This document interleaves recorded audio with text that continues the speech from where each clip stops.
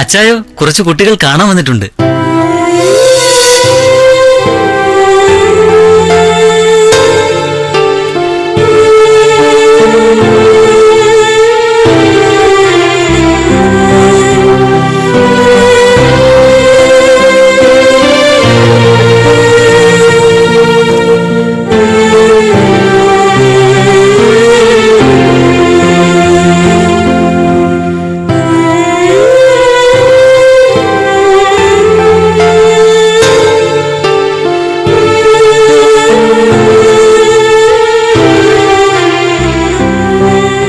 Christmas വരുമ്പോ നമുക്കെല്ലാം എത്ര സന്തോഷമാ അല്ലേ?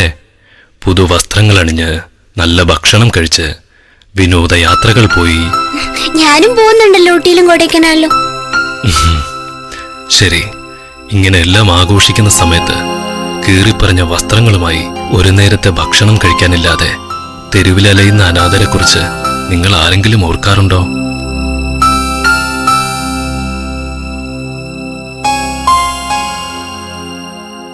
വിശന്നു വലഞ്ഞവന് ഒരു നേരത്തെ ഭക്ഷണം നൽകിയാൽ അതിനേക്കാൾ വലിയ സന്തോഷം മറ്റെന്താണുള്ളത്?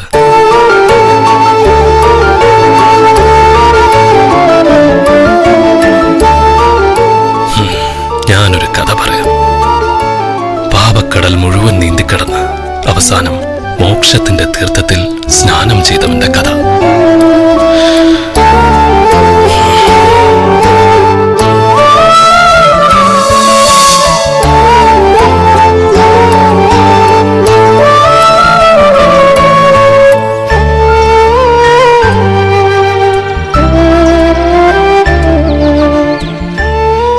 എടാ ഒന്ന് നിന്നേ. എടാ നിന്റെ അപ്പൻ കടപ്പുറത്ത്.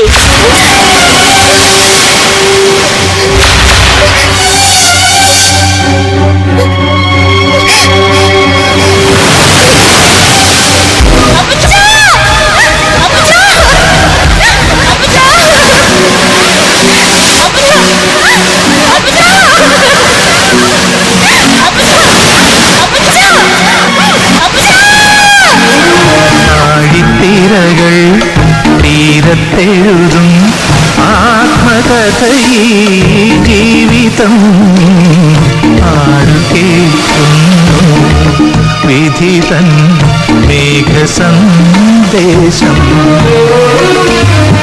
ആഴിത്തിരകൾ തീരത്തെഴുതും ആത്മകഥയീ ജീവിതം ആരു കേൾക്കുന്നു വിധിതൻ മേഘസന്ദേശം.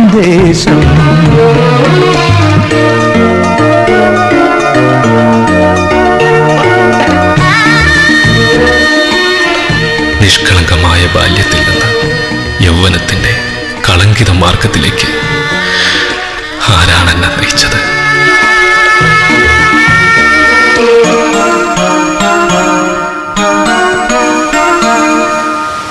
കണ്ണുനീരിൻ കടൽ കടന്നി മണ്ണിലളയും മോഹമേ. വിശപ്പ് 1000 സൂചിമുനകളായി എന്നെയും അമ്മയെയും കുഞ്ഞുപെങ്ങളെയും നോവിച്ചുകൊണ്ടേയിരുന്നു. മോഹമേ സ്നേഹവസന്തം നിന്റെ മുന്നിൽ പൂവിരിക്കാൻ പോരുമോ? കയ്യിൽ നിറയെ കനകമുണ്ടോ? കാറ്റ് തുണയുണ്ടോ? വലയിൽ സ്വർണ്ണമീനുണ്ടോ?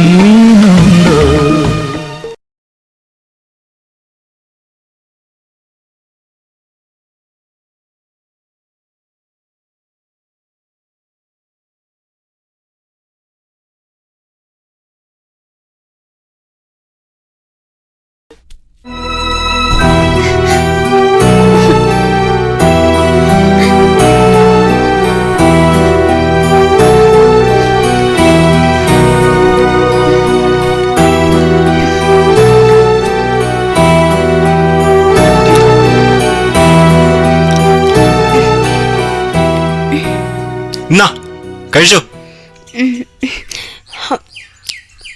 മതി, വേണമെങ്കിലേ പോയി തെണ്ടിക്കോ.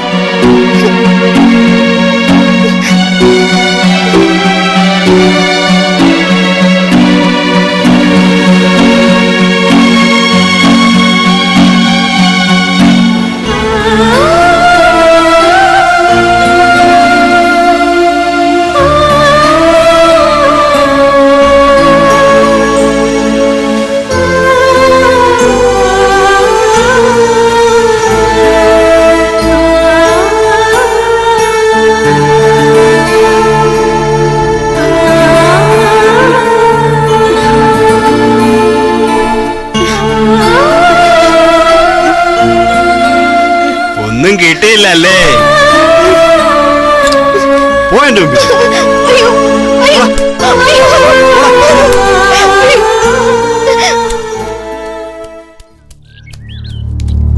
നീ ആൽബിനെ കണ്ടോ? ആൽബിൻ കടയിൽ കാണും. എന്താ പ്രശ്നം വല്ലതും ഉണ്ടോ? ഉണ്ട്. ആൽബിയുടെ ജേക്കബിന് കാര്യമായി എന്തോ സംഭവിച്ചിട്ടുണ്ട്. വീട്ടിലാണത്രേ. സീരിയസ് ആണെന്നാ കേട്ടത്.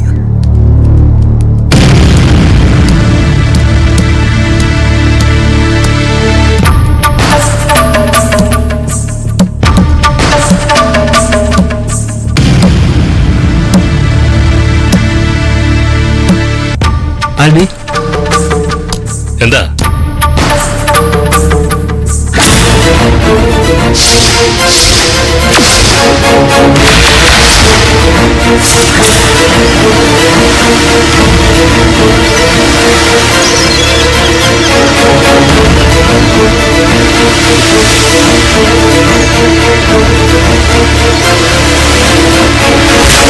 ചേട്ടാ, മോനെ ചിറ്റമ്മയുടെ വീട്ടുകാർ ചെയ്തതാ.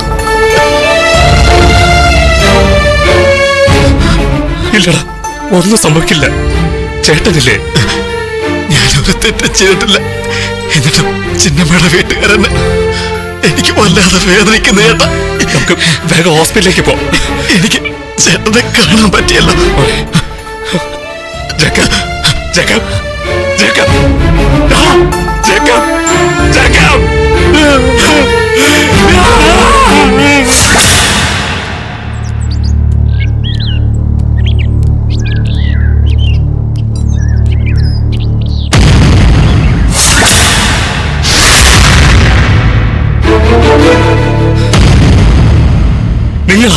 നിങ്ങളാ എന്റെ അനിയനെ കൊന്നത്. തോന്നിയാസം പറയരുത്.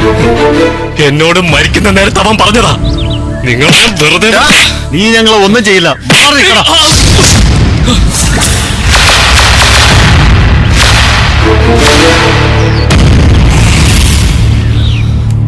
ഇവിടെ പോലീസും കോടതിയൊക്കെ ഉണ്ടല്ലോ. എന്റെ അനിയനെ കൊന്നവരെ ഞാൻ വെറുതെ വിടില്ല.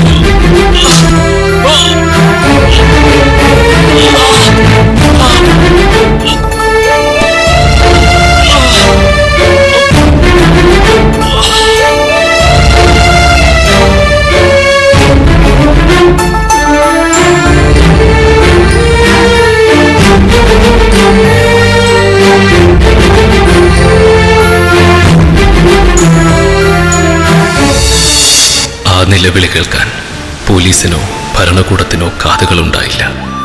അല്ലെങ്കിൽ പണം ഉപയോഗിച്ച് ആ കാതുകൾ അവർ അടച്ചു. എപ്പോൾ വേണമെങ്കിലും ആളിക്കത്താവുന്ന ഒരു കനലായി അനുജന്റെ മരണം ഉള്ളിൽ കിടന്ന് നേറിപ്പുകഞ്ഞു.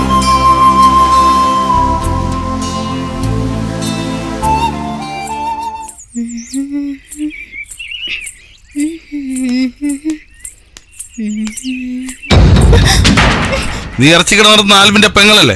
അതെ. നിന്റെ ചേട്ടനോട് പറഞ്ഞേക്കണം, ഇറച്ചിക്കട നടത്തി ഇവിടെ ജീവിക്കണേ ഞങ്ങളെ ഒന്ന് കാണാൻ. മനസ്സിലായോടി?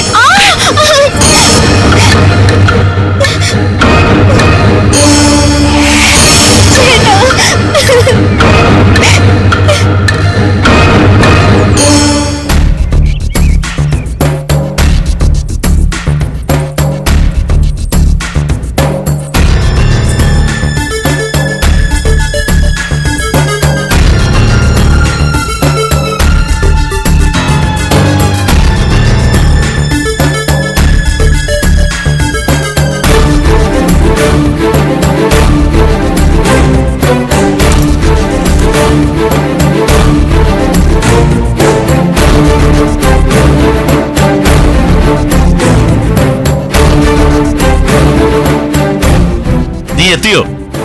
നന്നായി. നീ എന്റെ പെങ്ങളെ എനിക്കിഷ്ടമുള്ളത് ചെയ്യും.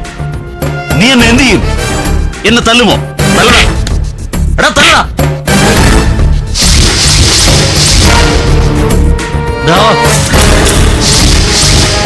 ആഹാ, അങ്ങനെയാണോ?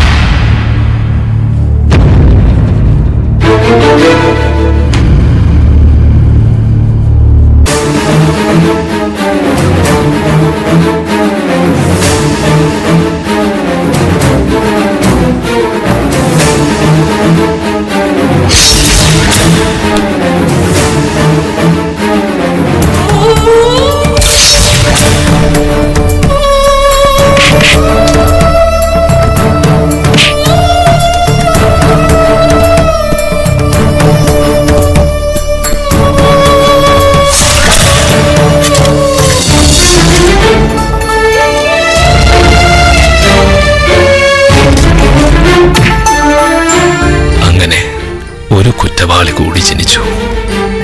കൊലപാതകങ്ങൾ, അക്രമങ്ങൾ, അങ്ങനെ എണ്ണിയാലൊടുങ്ങാത്ത പാപക്കറകൾ.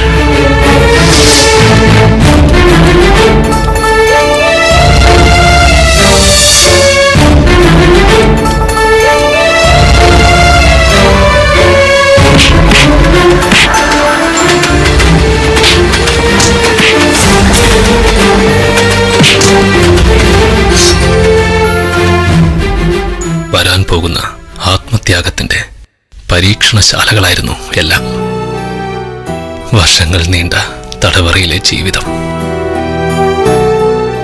ഭാര്യ, പറക്കമറ്റാത്ത 3 കുഞ്ഞുങ്ങൾ, അവരുടെ മുഖങ്ങൾ ഒരു നോവായി മനസ്സിനെ സദാ അലട്ടിക്കൊണ്ടിരുന്നു. 4 വർഷങ്ങൾക്ക് ശേഷം ഒരു ക്രിസ്മസ് കാലത്ത്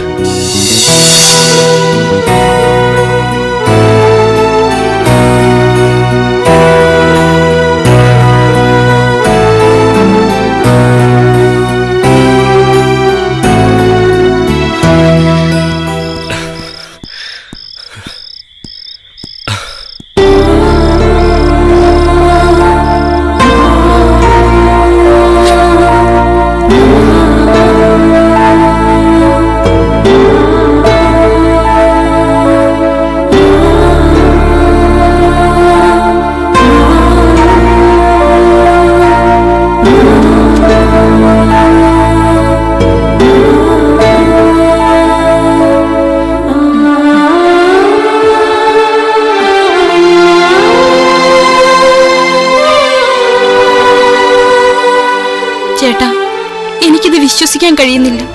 എനിക്കും 4 വർഷത്തെ നല്ല നടപ്പിന് കിട്ടിയ പരോൾ, അതും ഈ ക്രിസ്മസ് രാത്രിയിൽ. ആരുമില്ലാത്തവർക്ക് കർത്താവിന്റെ തുണയുണ്ടാവും. എന്റെ മക്കളുടെ പ്രാർത്ഥനയുടെ ഫലമായത്.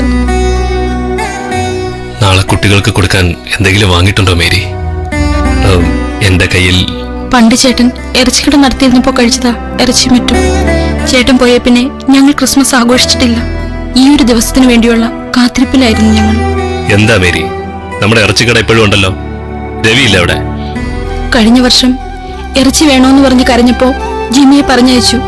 കാശുണ്ടെങ്കിൽ തരാന്ന് പറഞ്ഞ അയാൾ ജിമ്മിയെ തിരിച്ചയച്ചു. പാവം മോൻ. ആ കട അവന്റേതാണെന്നും നിന്റെ അപ്പൻ ആൽബി ജയിലിൽ തന്നെ ഒടുങ്ങുമെന്നും ഇവനോട് പറഞ്ഞു വിട്ടു. ഇറച്ചിയും നോക്കി ഒരുപാട് സമയം അവൻ നിന്നു അത്രേ. കുട്ടികൾ കഞ്ഞി കുടിച്ചോ മേരി? അപ്പുറത്തെ വീട്ടിൽ നിന്നും കുറച്ച് കഞ്ഞി കിട്ടി. കുട്ടികൾക്ക് അത് കൊടുത്തു. നാളെ എന്റെ മക്കൾക്ക് നല്ല ഭക്ഷണം കൊടുക്കാൻ ഞാൻ എന്ത് ചെയ്യും? ജയിലിൽ പണിയെടുത്ത കാശ് വണ്ടിക്കൂലിക്ക് മാത്രമേ തികഞ്ഞുള്ളൂ. ചേട്ടൻ വിഷമിക്കണ്ട. കർത്താവ് എന്തെങ്കിലും ഒരു വഴി കാണിച്ചു തരും. നമുക്ക് പ്രാർത്ഥിക്കാം.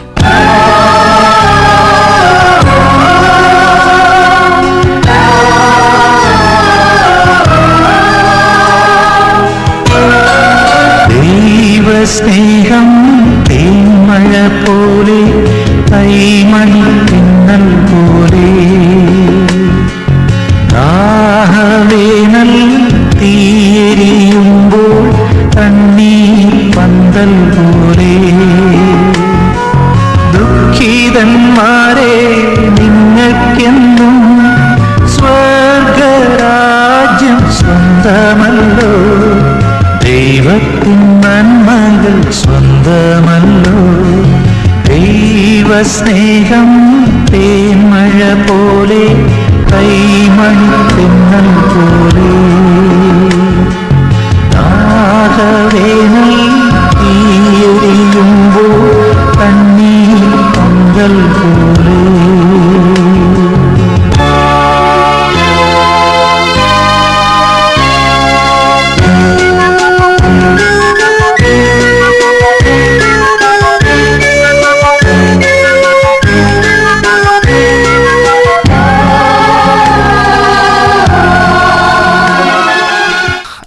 Happy Christmas. ആൽബിന്റെ മക്കൾ ഇത്?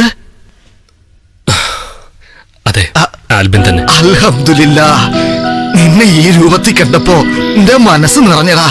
കേറിയിരിക്കും മക്കളെ. ഇല്ലേക്ക, ഞങ്ങൾ ആശംസകൾ നേരാനെത്തിയതാ. എന്റെ ജീവിതത്തിലെ ഏറ്റവും നല്ല ക്രിസ്മസ് ആശംസയാ ഇത്.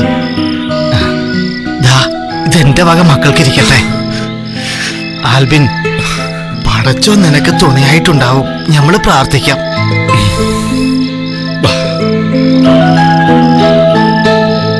അഭയം നൽകുന്ന തണലെവിടെ, ആശ്രയമരുളുന്ന മൊഴിയെവിടെ, അന്നം കൊടുക്കുന്ന തപസ്സെവിടെ, അക്ഷരം നൽകുന്ന മനസ്സെവിടെ, ആ മൊഴിക്കുള്ളിൽ വാഴുന്നു ദൈവം ആനന്ദരൂപനായി,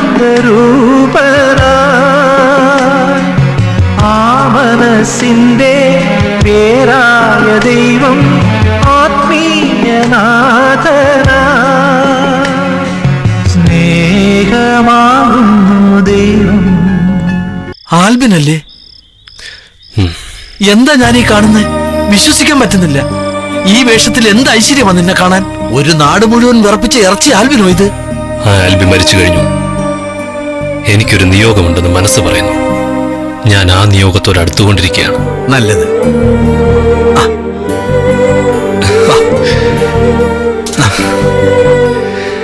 എന്നാ ശരി, എല്ലാവർക്കും ക്രിസ്മസ് ആശംസകൾ. ദൈവസ്നേഹം തേന്മഴ പോലെ കൈമണി പിന്നൽ പോലെ.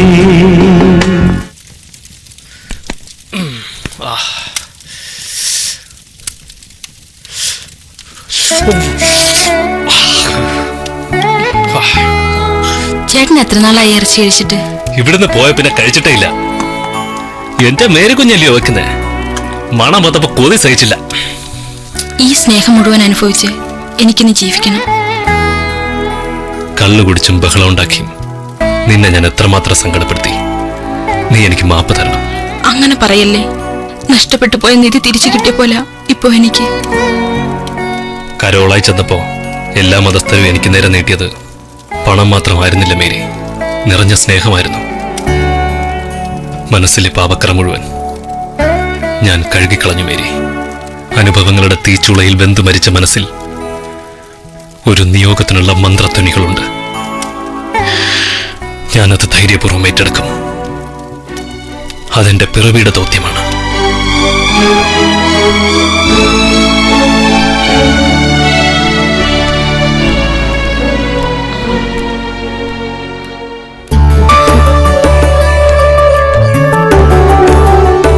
ഈശോമിശിഹായ്ക്ക് സ്തുതിയായിരിക്കട്ടെ.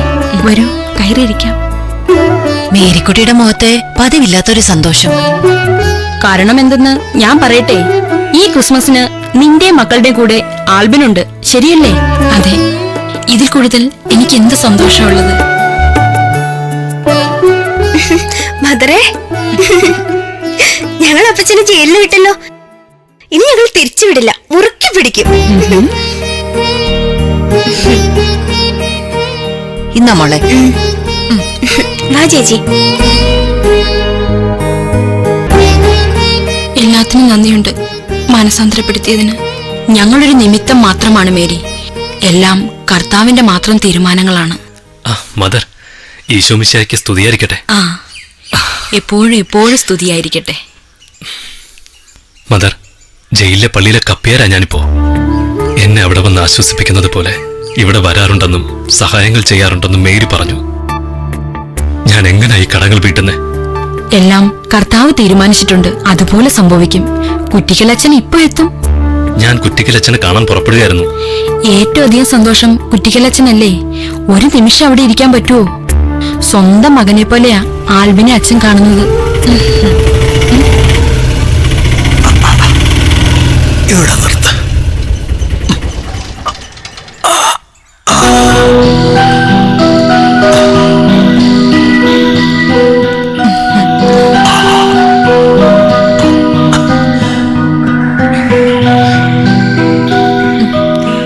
ഈശോമിശിഹായ്ക്ക് സ്തുതിയായിരിക്കട്ടെ അച്ചോ. എപ്പോഴാ മോൻ എത്തിയേ? ഇന്നലെ രാത്രിയിലാച്ചോ. രാവിലെ കുർബാനയ്ക്ക് പോയില്ലേ? വൈകുന്നേരം പോണോന്ന് കരുതി. യാത്രാക്ഷീണം തീർന്നില്ലച്ചോ. അച്ചോ, ഞാനിപ്പോ ജയിലിലെ കപ്പിയാരാ. ഓ, നന്നായി. അതൊരു തുടക്കം മാത്രമാണ് ആൽബി. തടവറയിലെ ജീവിതം കഴിഞ്ഞ് നീ തിരിച്ചു വന്ന് ഒരുപാട് നന്മകൾ ചെയ്യണം. ആൽബിൻ, ഞാൻ നിനക്കൊരു ക്രിസ്മസ് സമ്മാനം കൊണ്ടുവന്നിട്ടുണ്ട്. ആ, ഇങ്ങതാ.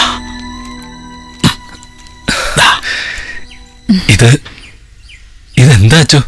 എടുത്തു നോക്ക്.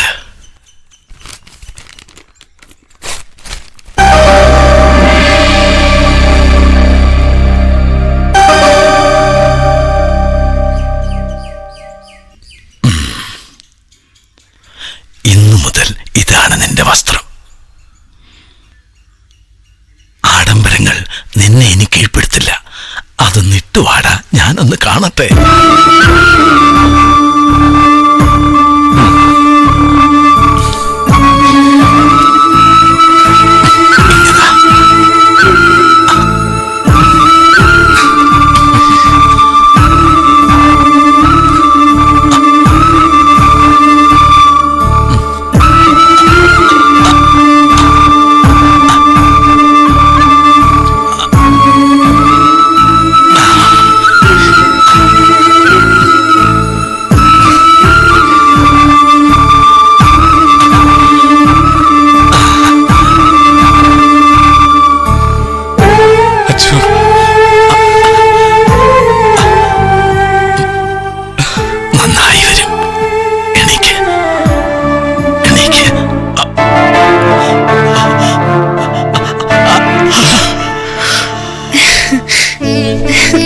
അച്ചു, നമുക്ക് അകത്തേക്കിരിക്കാം. മേരി, നീ എന്നും ആൽബിനോടൊപ്പം വേണം. മുൾവിരിച്ച പാതയിലൂടെ നടന്ന് ഒരുപാട് ജീവിതങ്ങളിൽ പ്രകാശം പരത്തും. അനേകം ജീവിതങ്ങൾ നശിപ്പിച്ചവനാണ് നീ. നീ ഒരുപാട് ജീവിതങ്ങൾക്ക് മോശമാകണം ആൽബി.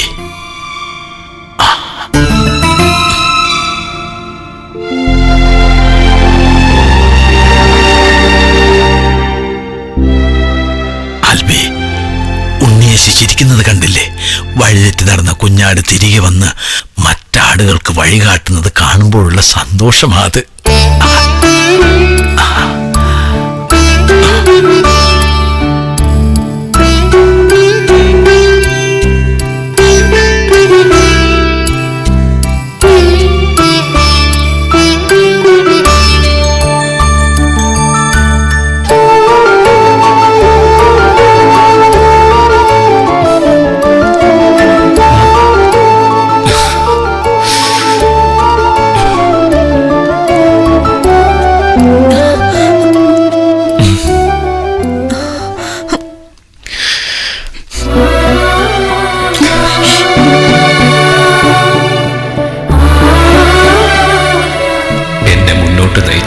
എന്റെ യേശുനാഥ, ഞാൻ ചെയ്യുന്നതെല്ലാം നിന്റെ മുൻ നിശ്ചയങ്ങൾ മാത്രമാണ്. എന്റെ മാർഗത്തിലെന്നും എനിക്ക് കൂട്ടായിരിക്കണമേ.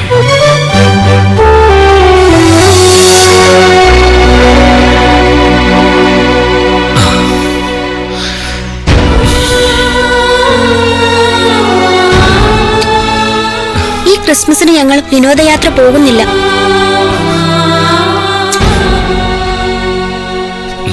ഈ ക്രിസ്മസ് ദിനത്തിൽ ഞങ്ങളുടെ പണം കൊണ്ട് ഇവർക്ക് ഭക്ഷണം വാങ്ങിക്കൊടുക്കാം. ഇവർക്കൊപ്പം ഇരുന്ന് ഞങ്ങൾക്കും ഭക്ഷണം കഴിക്കണം.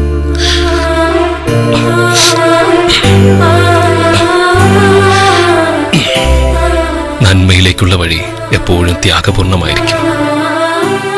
ഉണ്ണിയേശുവിന്റെ അനുഗ്രഹം നിങ്ങൾക്കുമേൽ എപ്പോഴും ഉണ്ടായിരിക്കും. എന്താ മോന്റെ പേര്? ടോണി.